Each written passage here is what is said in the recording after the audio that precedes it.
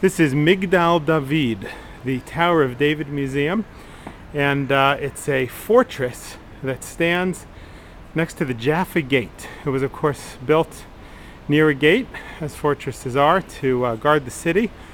And this is also a museum of the history of Yerushalayim, the history of Jerusalem. It very much tells of a microcosm of the movement of different peoples in and out of Jerusalem, of one nation taking over another. Just below me here you can see the balls that were catapulted toward the Maccabees by the Greeks. Some that went over the wall, and so they ended up here and were eventually excavated. Lower down we have excavations from the Second Temple period, higher up later from the Crusader period, and from the Muslim period. Indeed, one of the things that we learn from learning about the history of Jerusalem is very much how the wheel of time turns. The Jewish people come here and build the first temple. Eventually it's destroyed and they're thrown out by the Greeks.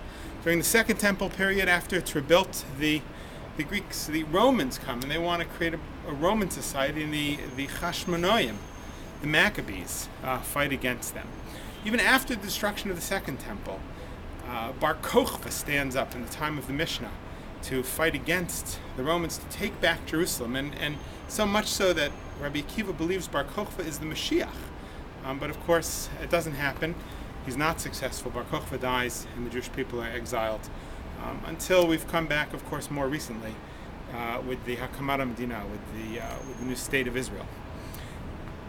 This wheel of the changes of history, especially as one sees it in Jerusalem. In fact, this whole area is built one layer on top of another. Everybody rebuilt these walls, rebuilt this citadel. Each nation that would capture the other. The Christians later, the Muslims later. There are buildings here, of course, all through history. But we're just leaving Purim. Purim is a time when the Jewish people are in exile, and they're about to be destroyed, and v'nafochu, everything is turned around in the blink of an eye. And indeed, so when the Jews are in exile, we know a time will come when they will be redeemed once again. Then one nation will supplant another, and ultimately the Jewish people will be saved. Now we're moving toward Pesach. We're between Purim and Pesach. And as we come to Pesach, we realize the Jewish people were enslaved.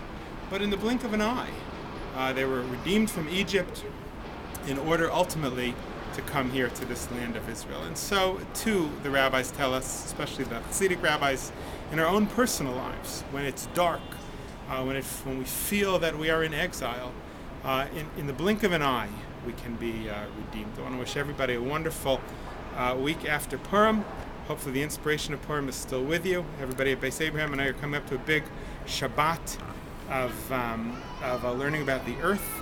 And I want to wish a lot of hatzlacha to everybody that spent so much time planning that. We miss you. Signing off from Jerusalem. We'll say thank you to my photographer, Baba Schaffner.